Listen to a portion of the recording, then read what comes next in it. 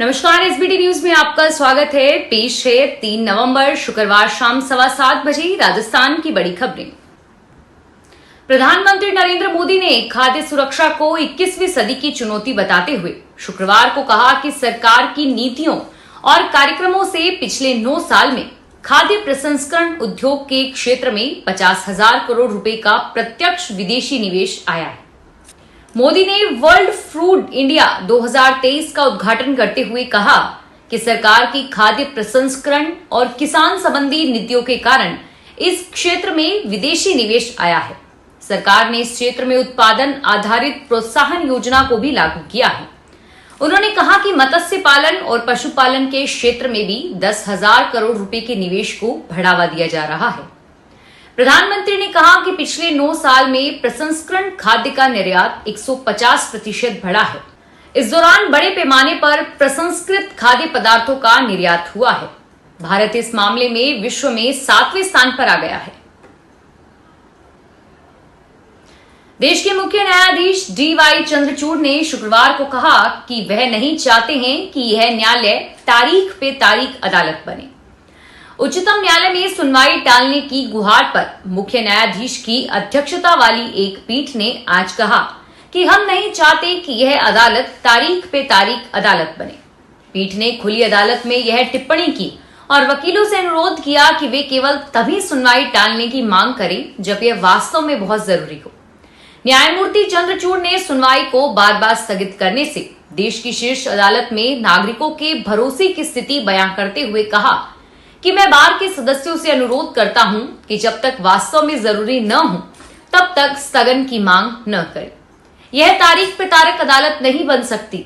यह हमारी अदालत में नागरिकों के भरोसे को कमजोर करता है। मुख्य न्यायाधीश ने कहा कि सितंबर और अक्टूबर 2023 के दौरान पिछले 2 महीनों में वकीलों द्वारा 3,688 स्थगन की मांग की गई। उन्होंने अत्यधिक स्थगन की मांग पर कहा कि इस मामले को दाखिल करने और उसे सूचीबद्ध करने का उद्देश्य विफल हो गया। भाजपा कांग्रेस के दिग्गज नेताओं ने शुक्रवार को अपना नामांकन पत्र दाखिल किया। लक्ष्मणगढ़ से कांग्रेस प्रत्याशी और वर्तमान राजस्थान PCC चीफ गोविंद सिंह डोटासरा और सवाई माधोपुर से भाजपा प्रत्याशी किरोड़ी लाल मीणा ने भी आज पर्चा भरा। नामांकन के बाद डोटासरा ने जवाहरलाल नेहरू स्टेडियम में सभा को संबोधित करते हुए कहा कि मोदी और उनकी सरकार RSS, भारतीय जनता पार्टी कितना भी जोर लगा ले, राजस्थान में कांग्रेस की सरकार रिपीट होगी। करीब 10 साल हो चुके हैं, लेकिन मोदी ने जो वादे किए उन्होंने एक भी वादा पूरा नहीं हुआ। कांग्रेस से 70 साल का हिसाब मांगने वाले मोदी खुद अपने 9 साल का हिसाब भी नहीं दे पा रहे हैं। राजस्थान के मुख्यमंत्री अशोक गहलोत आज डीग दौरे पर रहे। वे यहां कांग्रेस प्रत्याशी विश्वेंद्र सिंह की नामांकन सभा में शामिल हुए। मुख्यमंत्री गहलोत ने डीग पहुंचने के बाद सबसे पहले लक्ष्मण मंदिर में दर्शन किए। उनके साथ पूर्व केंद्रीय मंत्री भंवर जितेंद्र सिंह भी रहे। सभा में मुख्यमंत्री गहलोत ने सबसे पहले डीग जिला बनाने की बधाई दी। उन्होंने कहा कि जिला बनने से लोगों को काम करवाने में आसानी होगी। ERCP के लिए संघर्ष जारी है। प्रधानमंत्री ने जयपुर और अजमेर में वादा किया था। उन्होंने कहा था कि 13 जिलों की परियोजना के लिए सकारात्मक दृष्टिकोण रखेंगे, लेकिन कुछ नहीं किया। राजस्थान के राजसमंद में चुनावी सभा को संबोधित करते हुए रक्षा मंत्री राजनाथ सिंह ने बड़ा बयान दिया है। उन्होंने कहा कि भारतीय नेताओं की कथनी और करनी में अंतर होने से जनता का उन पर विश्वास धीरे धीरे खत्म होता चला गया। विश्वास का यह संकट कांग्रेस ने गहरा किया है। राजनाथ शुक्रवार को राजसमंद से भाजपा प्रत्याशी दीप्ति माहेश्वरी की नामांकन सभा को संबोधित कर रहे थे। उन्होंने कहा कि इस खत्म होते विश्वास को चुनौती के तौर पर किसी ने लिया है तो वह है नरेंद्र मोदी और पार्टी का नाम है भाजपा।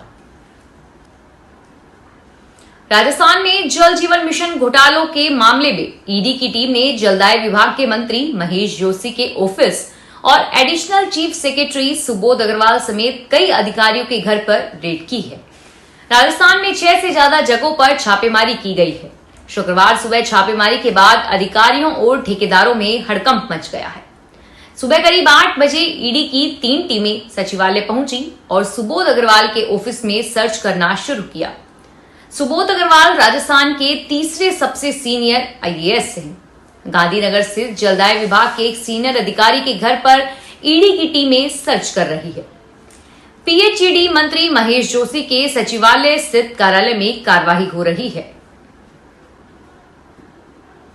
राजस्थान में ईडी का एक्शन जारी है। केंद्रीय कानून मंत्री अर्जुन राम मेघवाल ने कहा कि अशोक गहलोत संवैधानिक पद पर है, उन्हें ऐसा बयान नहीं देना चाहिए। ईडी हमने तो बनाया नहीं है। भ्रष्टाचारी लोगों के खिलाफ जो एजेंसी काम कर रही है उसको लेकर ऐसी भाषा बोलना उन्हें शोभा नहीं देता। अगर कोई गड़बड़ी नहीं है तो डर किस बात का, और गड़बड़ की है तो फेस करना पड़ेगा। यूं तो देश में 5 स्टेट में चुनाव हो रहे हैं, लेकिन सबसे ज्यादा परेशानी पार्टियों को राजस्थान में आ रही है।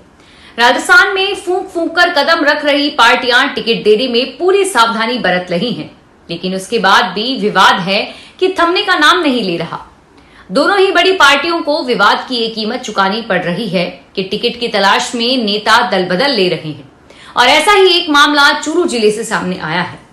चूरू में टिकट की उम्मीद टूटने के बाद कांग्रेस छोड़कर पूरा विधायक भाजपा में शामिल हुए, लेकिन उसके बाद भी उनका प्रत्याशियों की लिस्ट में नाम नहीं आया। हालांकि उनकी जगह इस बार उनके बहू की लॉटरी लग गई। पार्टी ने बहू को टिकट दे दिया। अलवर शहर से पूर्व विधायक बनवारी लाल सिंगल को टिकट नहीं मिलने के बाद बगावती तेवर दिखाए हैं। उनका कहना है कि अलवर शहर से टिकट नहीं मिलने पर मुझे विश्वास दिया गया था कि रामगढ़ से टिकट दिया जाएगा, और जब पहली सूची में नाम नहीं आया तो दूसरी सूची का इंतजार किया, लेकिन अब सब्र का बांध टूट गया। मैंने मान लिया कि अलवर की जनता से प्यार व स्नेह दिया है और अब उनके लिए निर्दलीय चुनाव लड़ूंगा। पहली सूची में नाम नहीं आने पर भी आमजन ने मुझे कहा था कि आपके साथ अन्याय हुआ है, लेकिन मैं तब भी चुप रहा कि पार्टी रामगढ़ से विचार कर रही है, और अब रामगढ़ से भी टिकट नहीं मिला, इसलिए जनता के टिकट से चुनाव लड़ना तय किया है। सवाई माधोपुर विधानसभा भाजपा प्रत्याशी डॉक्टर किरोड़ी लाल मीणा ने नामांकन पत्र भरने से पहले शहर स्थित दंडवीर बालाजी पहुंचकर विधिवत पूजा अर्चना की। इसके बाद जुलूस के रूप में सैकड़ों समर्थकों के साथ जिला कलेक्ट्रेट पहुंचे। नामांकन पत्र दाखिल करने के दौरान सुरक्षा बातोर कलेक्ट्रेट परिसर पुलिस छावनी में तब्दील हो गया। पुलिस के आला अधिकारी सुरक्षा के दौरान मुस्तैद रहे। कलेक्ट्रेट में दाखिल होने के साथ ही डॉक्टर किरोड़ी लाल मीणा ने लोगों का अभिवादन कर रिटर्निंग अधिकारी के समक्ष अपना नामांकन पत्र प्रस्तुत किया। भीलवाड़ा जिले में 13,000 से अधिक कर्मचारियों व अधिकारियों की विधानसभा चुनाव में ड्यूटी लगाई गई है। इसका असर कई सरकारी दफ्तरों में साफ साफ नजर आ रहा है, जहां पर सन्नाटा पसर गया है। कई कार्यालयों में चतुर्थ श्रेणी कर्मचारी तक नहीं है। मूल पद के आवश्यक कार्य होने पर कर्मचारी चुनावी ड्यूटी से 1-2 घंटे निकालकर या चुनाव ड्यूटी पूरी होने के बाद कार्यालय जा रहे हैं, और उधर कर्मचारियों के चुनावी ड्यूटी पर होने के कारण विभाग के लोग अपने कार्य करवाने नहीं पहुंच रहे हैं। जो पहुंचते हैं वे कार्यालय में मौजूद 1-2 कार्मिकों को दस्तावेज आदि देकर चुनाव के बाद कार्य करवाने का आग्रह कर रहे हैं। जोधपुर के जयनारायण व्यास विश्वविद्यालय में 154 शिक्षक भर्ती घोटाले में राज्यपाल कलराज मिश्र ने प्रसंज्ञान लिया है। राज्यपाल ने इस मामले में 3 सदस्यीय कमेटी गठित की है। यह कमेटी 15 दिन में रिपोर्ट पेश करेगी। कमेटी मुख्य रूप से यह जांच करेगी कि सेवा से मुक्त करने के निर्णय के बाद बिना रिपोर्ट शिक्षकों को नियमित कैसे किया गया। 11 साल पुराने इस मामले में सरकार ने सुप्रीम कोर्ट में दायर उस SLP को वापस लेने का निर्णय लिया, जिसमें कोर्ट ने ACB जांच जारी रखने के निर्देश दिए थे, और इसके लिए आचार संहिता से पहले 6 अक्टूबर को कोर्ट में अर्जी लगाई गई है। चीन लाल मिर्च का एक बड़ा ऑर्डर देने वाला है। इस ऑर्डर के बाद लाल मिर्च के भाव आसमान छूने लगेंगे। व्यापारियों ने चेताया है कि वजह हैरान करने वाली है। जयपुर मंडी में घुंटूर की 334 मिर्च की इंडिकट क्वालिटी के भाव 250 रुपए तथा तेजा इंडिकट 280 रुपए प्रति किलो पर मजबूत बोली जा रही है। कारोबारी लक्ष्मी नारायण डंगायच ने कहा कि आंध्र प्रदेश एवं तेलंगाना में लाल मिर्च की कीमतें बीते एक सप्ताह में करीब 15 रुपए प्रति किलो उछल गई है। हालांकि जयपुर मंडी में उठाव कम होने से फिलहाल यहां पर उतनी तेजी नहीं आ सकी है, लेकिन शीघ्र ही मजबूती के आसार बनेंगे। भीलवाड़ा विधानसभा सीट से भाजपा प्रत्याशी विठल शंकर अवस्थी के नामांकन दाखिल कराने के लिए पूर्व मुख्यमंत्री वसुंधरा राजे शुक्रवार दोपहर जयपुर से भीलवाड़ा पहुंची। यहां मोदी ग्राउंड में उनका हेलीकॉप्टर पहुंचा।